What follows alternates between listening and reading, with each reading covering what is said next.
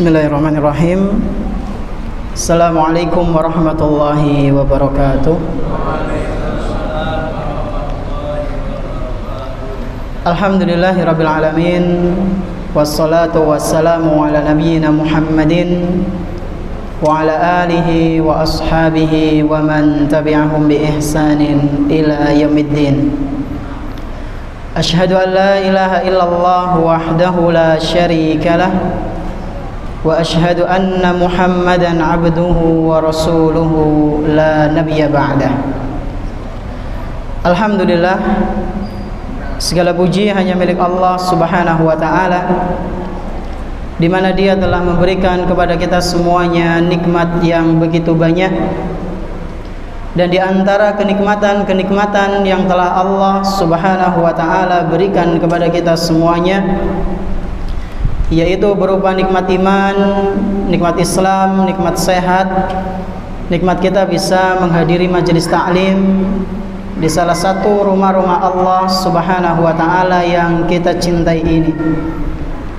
Kita berharap kepada Allah Subhanahu wa taala, semoga apa yang kita pelajari pada malam yang berbahagia kali ini bisa kita amalkan dalam kehidupan sehari-hari, sehingga hal tersebut bisa menjadi bekal amal soleh kita kelak ketika berjumpa dengan Allah Subhanahu wa taala di hari akhir nanti. Allahumma amin.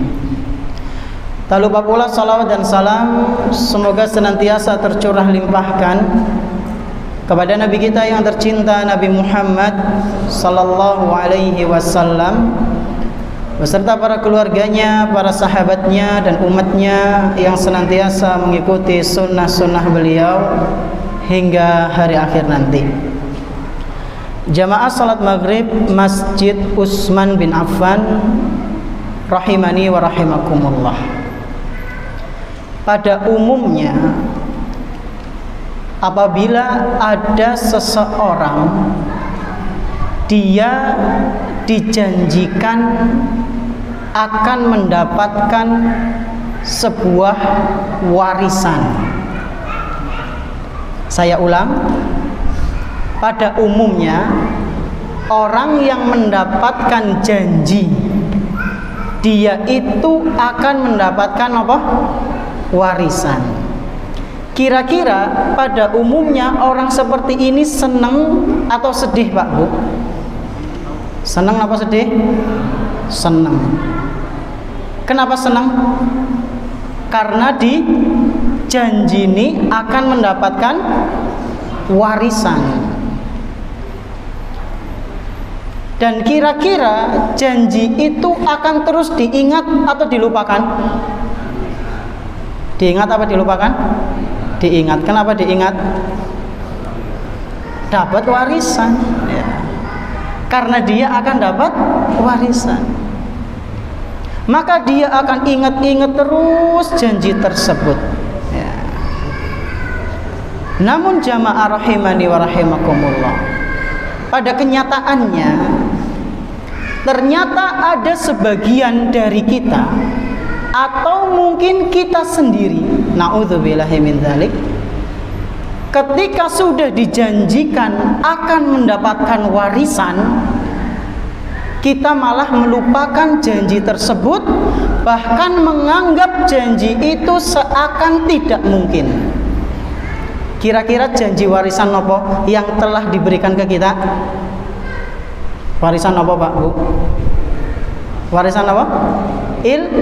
Ilmu ya. Sebagian orang melupakan janji itu, yaitu mereka orang-orang yang tidak mau menuntut ilmu agama, dan yang kedua sudah belajar tapi tidak mengamalkannya. Inilah dua golongan yang melupakan warisan yang telah dijanjikan oleh Nabi Muhammad SAW. Mungkin timbul pertanyaan, loh Ustadz, bukannya yang namanya warisan itu berupa harta, Ustadz?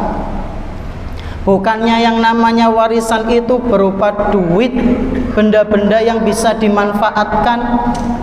Bukankah itu warisan? Maka jawabannya adalah tidak. Warisan juga bisa berupa ilmu, Pak Bu. Dalilnya ada dalam Al-Quran dan Sunnah Nabi Sallallahu Alaihi Wasallam. Dalil dari Al-Quran, firman Allah Subhanahu Wa Taala dalam Al-Quran surat An-Naml. Al-Quran surat apa? An-Naml ayat ke-16. Al-Quran surat An-Naml ayat ke-16. Di situ Allah Subhanahu wa taala menceritakan tentang Nabi Sulaiman alaihi salam yang mendapatkan warisan dari Nabi sinten? Daud alaihi salam. Kata Allah Subhanahu wa taala, "Wa warisa Sulaimanu Daud." Nabi Sulaiman alaihi salam telah mewarisi dari Nabi Daud alaihi salam. Dan Nabi Sulaiman kemudian disuruh oleh Allah Subhanahu wa taala untuk menyampaikan di antara warisan yang dia dapatkan dari Nabi Daud alaihi salam. Kata Allah Subhanahu wa taala, wa qala ya ayyuhan nasu ullimna mantiqat thairi wa utina min kulli syai'. Kata Nabi Sulaiman, wahai para manusia, sungguh aku telah mendapatkan ilmu berupa bisa ngomong sama burung. Masya Allah, burung itu diajak komunikasi, ngomong, dan ngomongnya itu jelas, burungnya paham, bukan bahasa sing nggak tahu asal usulnya, ya, seperti bahasa nopo Makoli ini nggih, wallahu alam bisawab. Itu dari mana ilmunya nggak tahu. Nah, ini kata Allah Subhanahu wa taala, Nabi Sulaiman mewarisi ilmu dari Nabi Daud. Kok tahu Ustadz? Warisan itu berupa ilmu. Penjelasan dari para ulama. Para ulama tafsir, diantaranya Imam Ibnu Qayyim Al-Jauziyah rahimahullah, ketika menafsirkan ayat ini beliau mengatakan fahuwa mirasul ilmi wan nubuwah wala ghair. Nabi Sulaiman mendapatkan warisan dari Nabi Daud, yaitu berupa ilmu dan nubuwah, kenabian. Tidak ada selain dari keduanya. Lalu beliau mengatakan, kalau seandainya Nabi Sulaiman mewarisi, atau maaf, kalau seandainya Nabi Daud alaihissalam memberikan warisan kepada Nabi Sulaiman berupa harta, niscaya akan disebutkan sama Allah Subhanahu wa taala. Karena Nabi Daud juga nabi yang kaya, Pak Bu. Tapi pada kenyataannya Nabi Sulaiman tidak mendapatkan harta tersebut. Ini dalil yang pertama. Warisan itu ya, tidak melulu berupa harta benda, tapi juga bisa ilmu. Dalil dari hadis, dan hadis ini sudah sangat masyhur, sering kita dengar, nggih. Hadis napa niku? Ketika Nabi sallallahu alaihi wasallam beliau bersabda, innal ulama warasatul anbiya. Sesungguhnya para ulama itu mereka adalah pewaris para nabi. Mereka pewaris para nabi. Warisan apa yang mereka dapatkan? Yaitu ilmu. Lalu kata Nabi sallallahu alaihi wasallam, innal anbiya lam yuwarrisu dinaran wala dirham wala dirhaman, innama warrasul ilma faman akhadahu akhadha bihadzin wafir. Sesungguhnya para nabi itu mereka tidak mewariskan dinar dan juga dirham, Mereka tidak mewariskan harta benda, akan tetapi yang mereka wariskan itu adalah ilmu. Faman akhadahu akhadha bihazzin wafir. Barang siapa yang mendapatkan ilmu dari para nabi, ya hadis-hadisnya, penjelasannya, Al-Qur'annya, maka sungguh kata Rasul sallallahu alaihi wasallam, dia telah mendapatkan bagian yang sangat banyak. Hadis ini diriwayatkan oleh Imam Abu Dawud, At-Tirmidzi, dan dinilai sahih oleh Syekhul Albani. Nah, jamaah rahimani wa rahimakumullah. Dari sini kita bisa pahami bersama bahwasanya ilmu itu sangat penting. Selain sebagai penjelas kita dalam beragama, dalam beribadah, ilmu juga termasuk warisan para nabi. Dan para nabi, terutama nabi kita Muhammad sallallahu alaihi wasallam, ketika beliau mewariskan ilmunya kepada kita, enggak cuma dari Al-Qur'an, tapi juga dari apa? Hadis Nabi sallallahu alaihi wasallam. Mungkin timbul pertanyaan, Ustaz, kenapa enggak cukup dengan Al-Qur'an saja?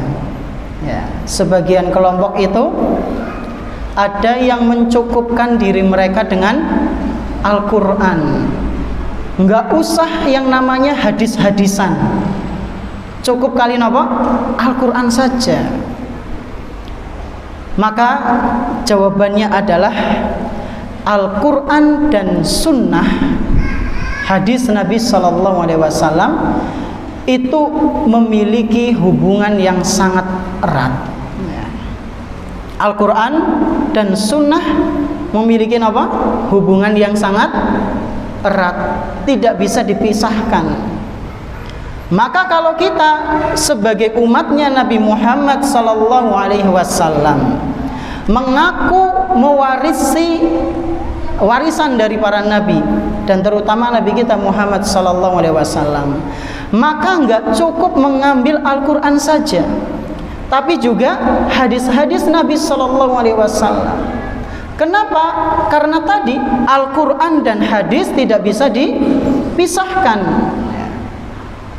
Sekurang-kurangnya ada dua alasan kenapa kita harus mengikuti sunnah. Ada berapa alasan? Ada dua. Yang pertama adalah karena as-sunnah berfungsi sebagai penguat hukum yang ada di dalam Al-Qur'an. Ini yang pertama. Kenapa kok kita harus mengambil sunnah? Enggak cuma Al-Qur'an. Karena yang pertama apa? As-sunnah sebagai penguat hukum yang ada di dalam Al-Qur'an. Yang kedua, sunnah berfungsi sebagai penafsir Al-Qur'an. Yang kedua apa? Sunnah berfungsi sebagai penafsir Al-Qur'an.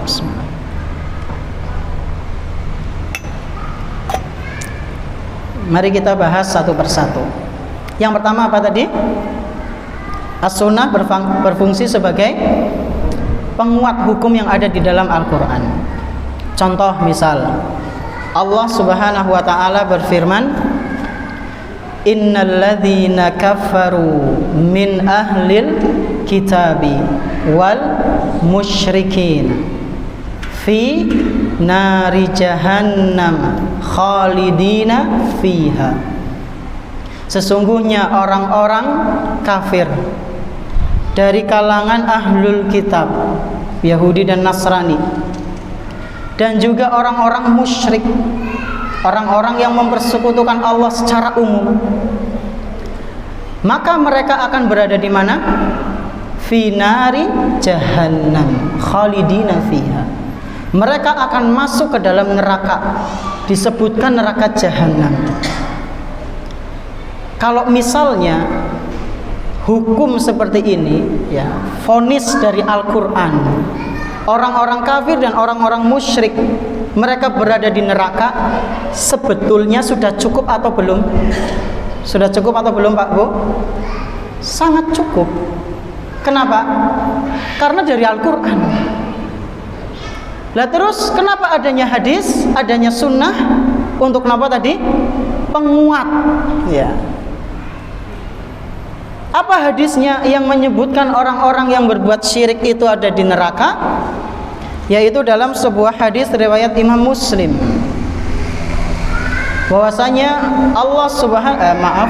Nabi Muhammad sallallahu alaihi wasallam bersabda, "Man laqiyahu yusyriku bihi dakhalan nar."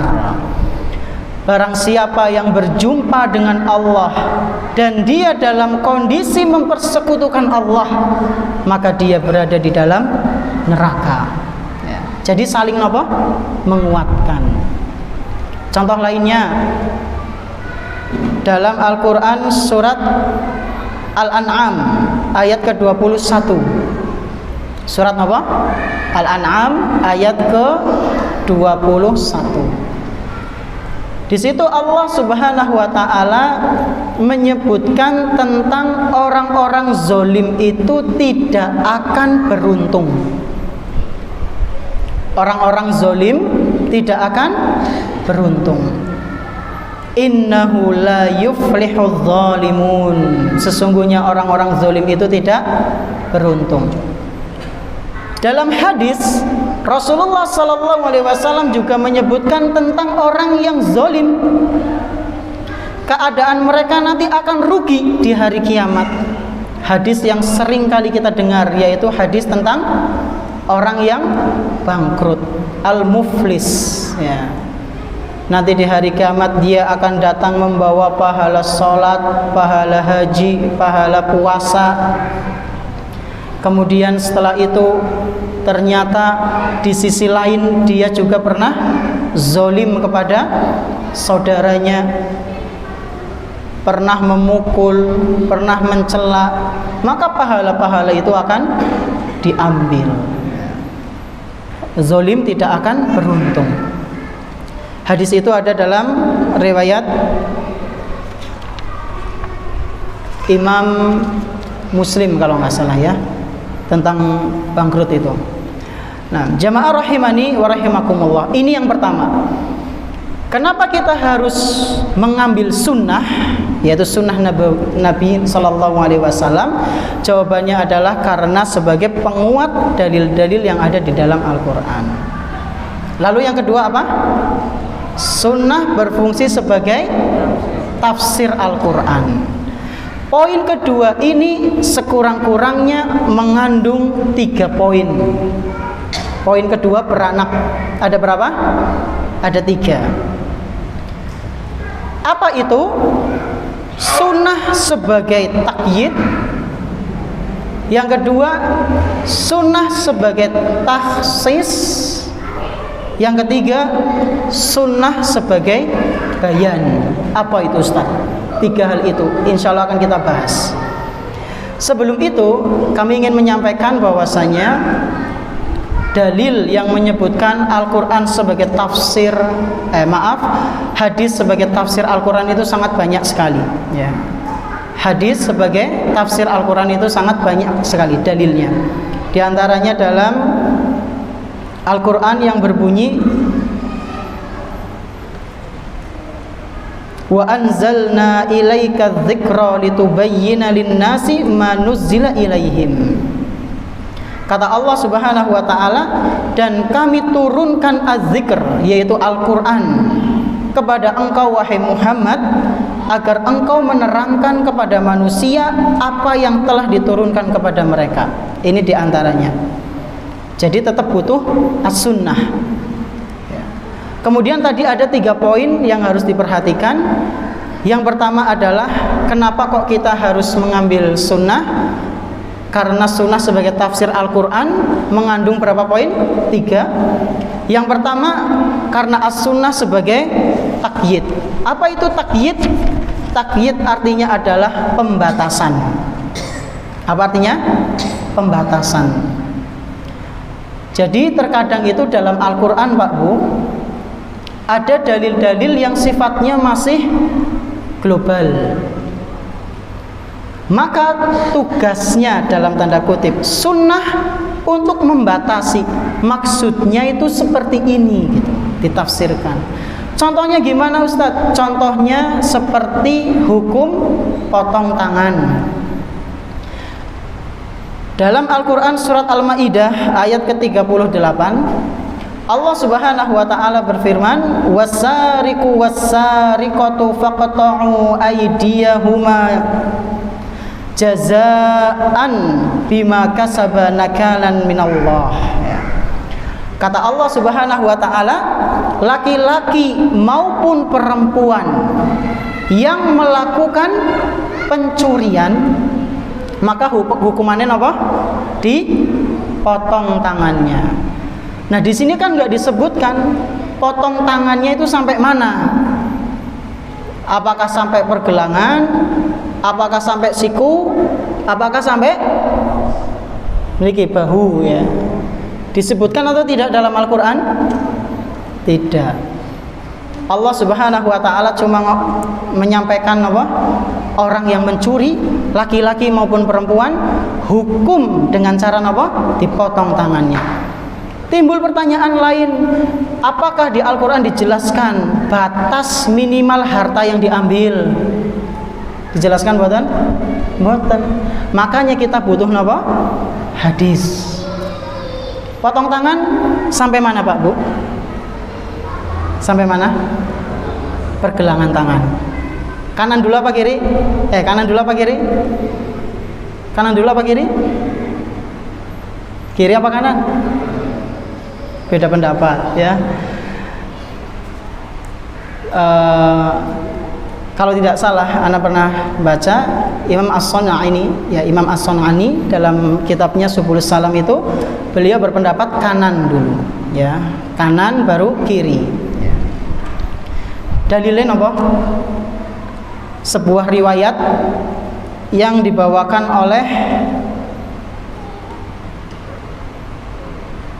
Ibnu Umar, dan ini ada dalam musonafnya Abdul Razzaq ya, dalam kitabnya Al-Musonnaf.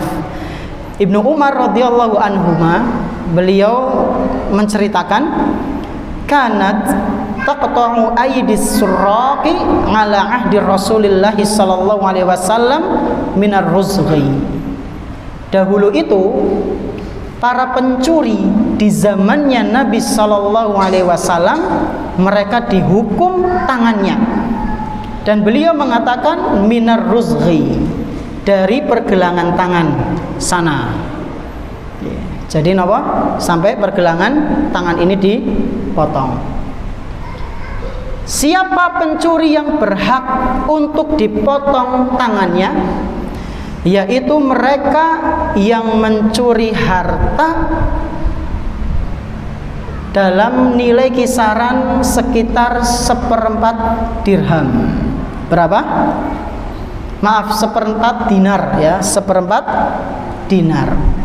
Dan ini sebagaimana yang disebutkan dalam Sahih Bukhari. Dalam Sahih Bukhari disebutkan bahwasanya Nabi SAW bersabda, tuqta'ul yadu fi rubu'i dinarin. Seorang pencuri itu dipotong tangannya ketika mencuri suatu harta, jumlahnya seberapa? 1/4 dinar. Timbul permasalahan, itu 1/4 dinar kalau dirupiahkan kira-kira pinten? Pinten kira-kira? Tadi saya sudah persiapan soalnya, sudah nyari kira-kira berapa gitu. Dan yang saya temukan 1/4 dinar itu kisaran minimal itu 1,9 juta, kisaran maksimum 2,1 juta. Berarti kalau ada orang mencuri gaji yang se-UMR misalnya, potong tangan buatan? Potong tangan. Sinten sing motong? Kita yang motong gitu? Bukan, pemerintah. Jika pemerintah menegakkan hukuman potong tangan ya. Kalau yang se-UMR daerah misalnya ya, gajinya berapa? 2 juta nuwun sewu niki. Itu saja kalau dilihat dari kacamata syariat harus dipotong tangan, apa maning sing triliunan ya. Apa maning sing ngorupsi dana haji ya. Sudah itu harus dipotong tangannya jika dengan hukum syariat. Tapi kan di negara kita tidak, maka kita serahkan ke pemerintah. Ini dalam hukum syariat ya. Orang yang mencuri ya kisaran 1,9 juta sampai 2,1 juta itu maka berhak potong tangan. Dalilnya di Sahih Bukhari. Ini contoh pentingnya napa? As-sunnah dalam kehidupan kita. Jadi Al-Qur'an itu ya cukup, tapi masih butuh napa? Penjelasan dari napa? Dari hadis sunnah Nabi sallallahu alaihi wasallam. Ini poin pertama dari poin kedua. Macam pertama dari poin kedua. Apa tadi namanya Pak Bu? Takyid, pembatasan. Jadi dibatasi. Syariat mengatakan potong tangan. Batasnya sampai mana? Takyid. Ini batasnya sampai sini. Ya, sampai pergelangan. Itu namanya takyid. Terus yang kedua tadi apa? Taksis. Taksis itu artinya adalah pengkhususan. Contohnya Ustaz, contohnya Allah Subhanahu wa taala berfirman dalam Al-Qur'an surat Al-Baqarah ayat 275. Surat apa? Al-Baqarah ayat 275. Di situ Allah Subhanahu wa taala berfirman, wa ahallallahul bai'a wa harramar riba. Allah Subhanahu wa taala menghalalkan jual beli dan Allah mengharamkan riba. Kalau kita tidak pakai sunnah Pak Bu, maka orang yang jual nomor togel akan berdalil dengan ayat ini. Nggih mboten? Bisa. Kok dening dodolan nomor ngapa sih? Lho nang Al-Qur'an diperbolehkan kok. Wa ahallallahul bai'a. Allah Subhanahu wa taala menghalalkan jual beli. Dalil, dia bawa dalil. Loh kok kenapa jualan minuman keras? Loh Allah Subhanahu wa taala membolehkan kok. Apa dalilnya? Wa ahallallahul bai'a. Allah menghalalkan jual beli, sing ora lili riba. Kalau kita cuma nelan mentah-mentah Al-Qur'an tanpa tambahan dari napa? Tafsir hadis, kita keblinger Pak Bu. Nauzubillahi min dzalik, kita akan tersesat. Dan ada kelompok yang seperti itu mencukupkan Al-Qur'an, tidak mau dengan hadis-hadis Nabi sallallahu alaihi wasallam. Lah terus gimana Ustaz? Membantah orang yang seperti itu, yang mengatakan jual beli itu boleh, sehingga dia menyamaratakan semua jual beli boleh. Yaitu tadi taksis, menghususkan hukum itu dengan kita mendalilkan pakai hadis. Apakah ada hadis yang mengkhususkan jual beli tersebut? Ada. Hadis-hadis yang menjelaskan jual beli yang tidak boleh pun ada. Contohnya seperti jual beli khamar, babi, bangkai, kemudian berhala, ya. Ini diharamkan dalam sebuah hadis, yaitu hadis riwayat Imam Bukhari Muslim. Nabi sallallahu alaihi wasallam pernah bersabda, innallaha wa rasulahu harrama bai'al khamri wal maitati wal khinzir wal asnam. Sesungguhnya Allah dan Rasulnya itu mengharamkan jual beli napa? Khamr, bangkai, lalu napa lagi? Babi dan juga berhala.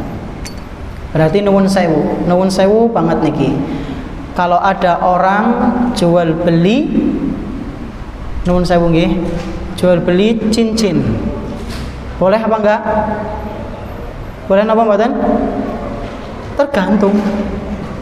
Bisa boleh, bisa tidak boleh. Jika kita lihat dari hadis ini, misal yang boleh cincin perak terbuat asli dari bahan luar negeri misalnya, monggo Pak, buat kenapa? Hiasan tangan, nggak apa-apa. Tapi kalau sudah ada tambahannya, kenapa tambahannya? Cincin Pak, asli dari luar negeri, panjenengan nek ngenggone pas dina Rebo jam 3 luwih 3 menit berzikir subhanallah 3333 jenengan bakal diwedeni ning kabehan wong. Nah, jenengan bakal lancar terus rezekine. Kalau ada embel-embel itu baru masuk sini, asnam itu sesuatu yang disembah, ya. Ada kesyirikan di situ. Maka nggak boleh jual beli yang seperti ini. Ini menunjukkan bahwasanya pentingnya as-sunnah untuk memahami apa? Al-Quran. Al-Quran dan sunnah itu saling berhubungan, berkaitan, tidak bisa dipisahkan. Lalu yang ketiga apa? Al-bayan. Bayan itu apa? Penjelasan.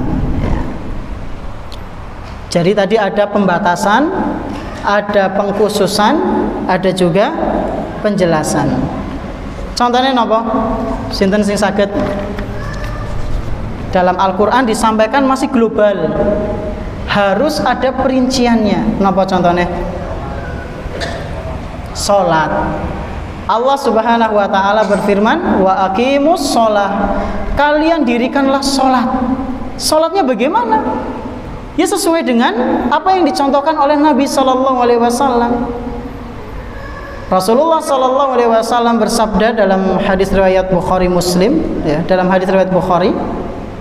Di situ beliau sallallahu alaihi wasallam menyampaikan, "Shallu kama raaitumuni usolli." Salatlah kalian sebagaimana kalian melihat aku salat. Berarti salat kita harus seperti Nabi sallallahu alaihi wasallam. Dan itu adalah terjemahan yang benar. Karena saya pernah dengar cerita, dan cerita ini saya dapatkan dari Ustadz kita Abu Muhammad Abu Swaluyo hafizahullah ketika di pondok dulu. Itu ada sebagian orang, ya, berdalil pakai hadis ini. Hadis sahih apa dhaif tadi? Sahih. Hadis napa? Bukhari. Ya wallahu alam, apakah dia ngeles atau napa? Memang nggak tahu, wallahu alam ya. Tapi dia dengan lantangnya mengatakan ini adalah dalil yang mensyariatkan kepada kita untuk mengucapkan usolli sebelum napa? Salat. Karena bunyinya apa? Sallu kama ra'aitu muni usolli. Paham jenengan?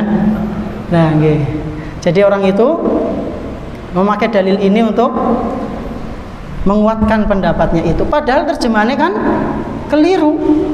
Salatlah kalian sebagaimana kalian melihat aku sholat, bukan muni bersuara, bukan. Itu namanya dipegonkan, ya. Itu namanya dipegonkan. Nuwun sewu niki. Ini keliru dalam memahami hadis. Dan banyak Pak Bu orang-orang yang nuwun sewu seperti itu. Contohnya, saya juga pernah dapat kisah dari guru saya dulu. Ada orang memahami Al-Quran dengan kayak tadi, diterjemahkan pakai pegon, ya. Bahwasanya kita ini diperintahkan untuk semedi. Untuk apa? Semedi. Dalilnya dari Al-Quran. Apa itu? Surat Al-Ikhlas. Qul huwallahu ahad, Allahus somad. Somad itu artinya semedi, karena saking cepatnya jadi somad. Ini kekeliruan dalam menafsirkan. Padahal somad itu artinya apa? Tempat bergantung. Allah Subhanahu wa taala itu esa. Allah Subhanahu wa taala itu tempat bergantung semua makhluk. Tapi malah diselewengkan jadi semedi. Inilah kekeliruan-kekeliruan dalam menafsirkan atau dalam menerjemahkan. Maka hati-hati.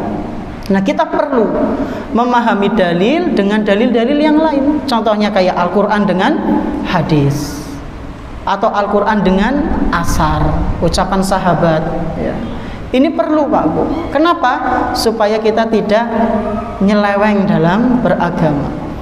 Patokan kita adalah Al-Quran dan Sunnah, yang mana dua ini dipahami oleh para sahabat Nabi radhiyallahu anhum ajma'in. Dan di sini ada sebagian ulama yang memberikan tanbih, ya, peringatan. Hadis-hadis yang digunakan itu juga nggak boleh sembarangan, yaitu hadis yang sahih dan hadis yang hasan minimal, ya. Jangan sampai kemudian nanti ada ayat Al-Quran lalu sembarang hadis dipakai, ya. Sembarang hadis dipakai, bahkan sampai hadis yang ngaco pun dipakai, nggak tahu asal usulnya, ya. Seperti misalnya nikmatul napa? Nikmatul udud ba'dad dahr. Itu kan ngarang nggih. Nikmatul udud ba'dad dahr. Napa artinya? Yaitu artinya sudah, ya, anu Arab apa Jawa dipegon-pegonkan, ya. Itu enggak ada asal usulnya sama sekali, mungkar, ya. Atau hadis yang mungkar juga, contohnya man mata wa fi batnihi al-qahwa dakhalal jannah. Lagi agak ada Arabnya. Napa artinya? Barang siapa yang meninggal dalam keadaan perutnya ada bekas kopi, mulutnya masih ada bau kopi, dakhalal jannah, masuk surga. Bahkan kalau kita nyari di kitab Maudu'at sekalipun, kitab Maudu'at niku napa? Kumpulan hadis-hadis lemah palsu punya Ibnul Jauzi, nggak nemu. Nggak nemu. Karena itu bikinan, ya. Dan ini yang pernah diprediksi oleh Abu Hurairah radhiyallahu anhu. Beliau pernah menyampaikan akan datang suatu zaman orang-orang yang menyampaikan hadis dan kalian serta bapak kalian nggak tahu hadis itu dari mana asalnya. Itu sudah diprediksi dulu sama Abu Hurairah radhiyallahu anhu. Sudah masuk waktu Isya. Saya pengen memberikan pertanyaan, nggih. Sedikit nggih, mboten napa-napa. Pertanyaan pertama, kenapa kita harus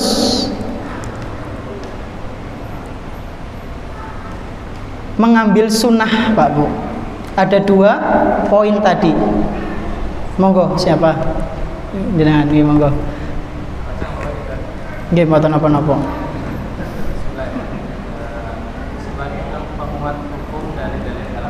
Sebagai penguat hukum dalil dari Al-Quran, terus sunnah sebagai penafsiran Al-Quran, seperti sunnah sebagai takyid, pembatasan, sunnah sebagai taksis, pengkhususan, sunnah sebagai al-bayan. Masya Allah, monggo. Barakallahu fiik.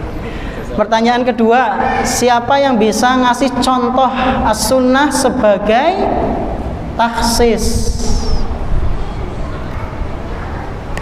Taksis napa tadi? Khusus. Nggih, monggo Pak. Nggih, contohnya?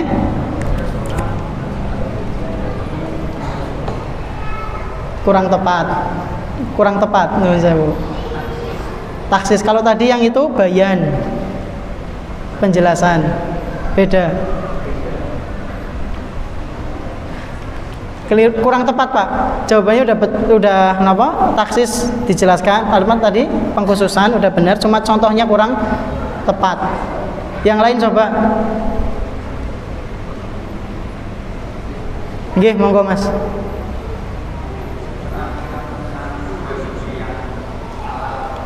Tentang napa? Jual beli. Terus di khusus nikunya khususnya gimana? Iya, yang boleh jual beli yang apakah semua jual beli boleh? Tidak. Ada pengkhususan yang tidak boleh. Apa contohnya?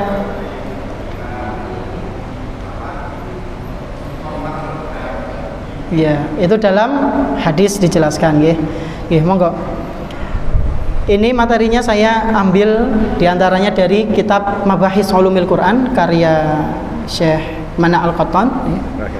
Panjenengan kalau mau merujuk monggo bisa ke sana, dan juga buku-buku yang lain.